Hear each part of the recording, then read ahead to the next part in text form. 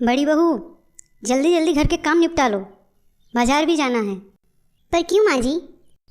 अरे छोटी बहू के लिए कपड़े भी तो खरीदने हैं ना। पर मम्मी जी, कपड़े की खरीदारी तो हो चुकी है। बहू, वो सब जो शादी में चढ़ाए जाएंगे, और वो घर में क्या पहनेगी, वो कपड़े तो खरीदने होंगे ना। पर माँ जी, लड़कियाँ तो अपने घर से ही पहनने के लिए कपड़े लेकर आती है। कुछ दिन तो वो अपने घर के कपड़े पहन ही सकती है। तू चल चुपचाप मेरे साथ। ये प्रेम विवाह है और इसमें लड़की एक जोड़ी कपड़े में आ जाए वो भी बहुत है। तुमको क्या इतनी पंचायती पड़ी है? चुपचाप से चलो मेरे साथ। ठीक है मम्मी जी। आयशा के ससुराल में सभी बहुत खुश थे। आखिरकार रोहन की लीना से शादी होने वाली थी। रोहन और लीना कॉलेज के साथी थे, इसलिए यह एक प्रेम विवाह था। आयशा की सास माया इस बात से काफी उत्साहित थीं। आयशा माया के साथ दुल्हन के लिए कपड़े खरीदने बाजार गई। मम्मी जी, इतने महंगे मॉल से कपड़े खरीदने की क्या ज़रूरत थी? ये तो रोज़मर्रा के कपड़े हैं, तो ये तो सस्ते भी खरीदे जा सकते थे। अरे मेरी बहू सस्ते कपड़े पहनेगी तो लोग क्या कहेंगे कि मैं अपनी बहू का अच्छे से ख्याल भी नहीं रखती। मैं नहीं चाहती कि लोग मुझे ये बोले कि मैं अपनी छोटी बहू का अच्छे से ख्याल नहीं रखती। और तुमको पता भी है वो कितनी खूबसूरत है। देख रही हो ना उसके चेहरे का नूर, कितना ग्लो है उसके चेहरे पे। अच्छे कपड़े पहनेगी तब तो और अच्छी दिखेगी ना। हाँ मम्मी जी, मेरे लिए तो फुटपाथ से कपड़े खरीदकर शादी में चढ़ाने के लिए गए थे, और ये छोटी बहू के लिए घर के पहनने वाले कपड़े भी महंगे मॉल से खरीदे जा रहे हैं। तुमने कुछ कहा बड़ी बहू? नहीं मम्मी जी। अभी शादी हुई नहीं है और दिन भर में 3 बार फ़ोन करती है मुझसे बात करने के लिए। हाँ बोलो छोटी बहू। मम्मी जी, कितने मेहमान के लिए शगुन के कार्ड बनाए जाएंगे? अरे इसकी क्या ज़रूरत है, तुम सिर्फ सब कोई का आशीर्वाद ले लेना, वही काफ़ी है। पर मम्मी जी, मेरी शादी में तो पूरे 25 लोगों के लिए शगुन का 2100 रुपया डलवाया गया था, और मेरे पापा की तो कमर ही तोड़ दी गई थी। कुछ कहा तुमने बड़ी बहू? नहीं मम्मी जी। अरे बड़ी बहू, वो रोहन ने कहा है कि लीना के माता पिता को ज़्यादा बोझ नहीं डालना है, इसीलिए। हाँ मम्मी जी, ठीक ही है। अगले दिन माया आयशा को फिर से बाजार ले गई ताकि लीना के लिए अपने पैसे से महंगे गहने खरीद सके। यह सब करते करते आयशा थक चुकी थी। अरे मैं तो अभी से ही थक गई हूँ। पता नहीं कैसे निपटा पाऊंगी शादी। घर का सारा काम निपटाने के बाद मॉल जाओ, और कल से तो मेहमानों का आना जाना भी शुरू हो जाएगा। भाभी, शादी की पूरी जिम्मेदारी आपके ऊपर है। देखना लीना के माता पिता को कोई शिकायत का मौका ना मिले। ठीक है देवर जी। सुकन्या शादी की तैयारी करवाती है। शाम को बारात निकलने वाली थी। बड़ी बहू, मैं बारात जा रही हूँ और तुम घर का अच्छे से ख्याल रखना, और लीना के आने की तैयारी भी कर लेना। ठीक है माँ जी। आयशा सोचती है कि सबके जाने के बाद वह आराम कर लेगी, लेकिन माया देवी ने ऐसा होने नहीं दिया। बड़ी बहू, लीना के कमरे को अच्छे से साफ करके फूलों से सजा देना। वो हल्का खाना खाती है, तो तुम उसके लिए लाइट खाना बना देना और हम लोगों के लिए अच्छे से खाना बना देना, ठीक है? ठीक है माँ जी।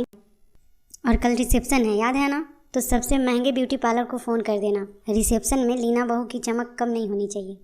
ठीक है माँ जी। फोन रखने के बाद बेचारी सुकन्या देवर देवरानी के कमरे की सफाई करने लगती है। फिर ताज़े फूल मंगाकर पूरा कमरा फूलों से सजाती है। फिर वह सबके लिए पकवान बनाती है और मधु के लिए बिना मसाले का खाना बनाती है। चलो, काम सब तो सारा निपट गया, अब थोड़ा आराम कर लेती हूँ। यह सब करके वह बिस्तर पर लेटी ही थी कि शादी करके सभी घर आ गए थे। आयशा ने आरती की थाली लेकर दरवाजे पर उनका स्वागत किया। भाभी, लीना रात भर न शादी में जग कर थक गई है। उसके लिए 1 कप ब्लैक कॉफ़ी बना दीजिए, और हाँ, उसके नहाने के लिए पानी भी गर्म कर दीजिएगा। ठीक है देवर जी। चलो, आज मैं देवरानी जी का ख्याल रख रही हूँ। कुछ दिन बाद तो देवरानी जी घर के कामों में मेरी मदद करेगी ही। अगले दिन लीना की पहली रसोई थी। लीना बहू, आज तुम्हारी पहली रसोई है, तो सबके लिए खीर पूड़ी पनीर की सब्जी बना लेना, और हाँ, साथ में छोले और रायता भी बना लेना।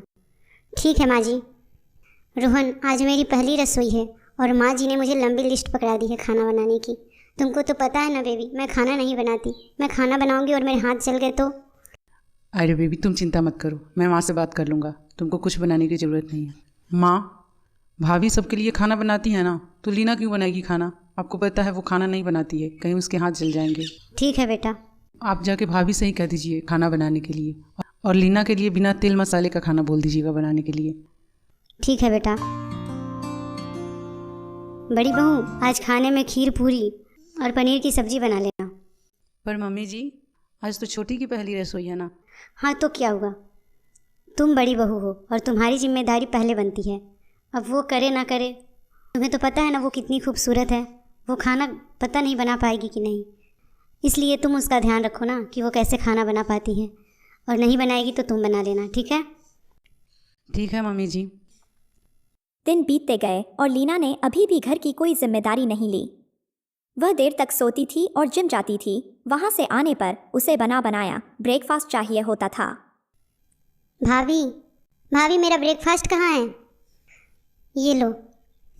भाभी, ये आलू के पराठे, आपको तो पता है ना मैं बिना तेल मसाले का खाना खाती हूँ। देखो, तुम अपना नाश्ता खुद बना लिया करो, मेरे पास समय नहीं है कि अब मैं तुम्हारे लिए अलग से नाश्ता बनाऊँ और सबके लिए अलग से। रोहन, भाभी बोल रही है कि मैं अपना नाश्ता खुद बनाऊँ। जब वो सबके लिए नाश्ता बना सकती है, सबके लिए खाना बना सकती है, तो मेरे लिए क्यों नहीं? बेबी, तुम टेंशन क्यों लेती हो? मैं आज ही भाभी से बात करता हूँ। भाभी, जब आप सबके लिए खाना बना रही हो तो लीना के लिए क्यों नहीं बना रही हो? जाइए, लीना के लिए अंडे उबाल कर ला दीजिए। ठीक है देवर जी।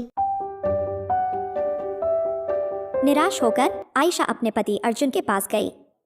सुनो जी, अब मैं यह सब नहीं कर सकती। लीना बहुत खूबसूरत है, लीना घर के काम नहीं कर सकती। आप देख रहे हैं ना, घर में मैं सबके लिए खाना बनाती हूँ और लीना के लिए अलग से खाना बनाती हूँ, और वो महारानी मेरे घर के कोई काम में मदद नहीं करती। मैंने सोचा था कि देवरानी आएगी तो थोड़ी मेरी मदद हो जाएगी, पर ये तो उल्टा ही हो गया। सबका काम करने के बाद अब उसका काम मुझे अलग से करना पड़ता है। ऐसे मैं नहीं रह पाऊँगी, आप कुछ सोचो। हाँ, ऐसा तुम चिंता मत करो, मैं सब देख रहा हूँ। हम जल्द ही यह घर छोड़ के अलग शिफ्ट हो जाएंगे। मैं एक किराए का कमरा देख रहा हूँ। अर्जुन ने किराए का घर ढूंढ लिया और अपनी माँ से कहा, माँ, मैंने किराए पर एक घर देखा है, उसमें मैं और आयशा जा रहे हैं। हाँ हाँ, तुम्हारी बीवी कौन सा बड़ा तीर मार रही थी, खाना बनाकर खिला रही थी, उसमें क्या है? ये तो मेरी लीना बहू ही संभाल लेगी, हम लोग सब संभाल लेंगे, तुम जा सकती हो। आयशा और अर्जुन घर छोड़कर चले जाते हैं। अगले दिन। अरे, सुबह के 7 बज गए, अभी तक चाय नहीं मिला। लगता है खुद ही चाय बनाकर पीनी पड़ेगी। चलो चलते हैं। अरे बेटा, तुम क्या कर रहे हो रसोई में? तुम चाय बना रहे हो क्या? तो मेरे लिए भी एक कप चाय बना दो।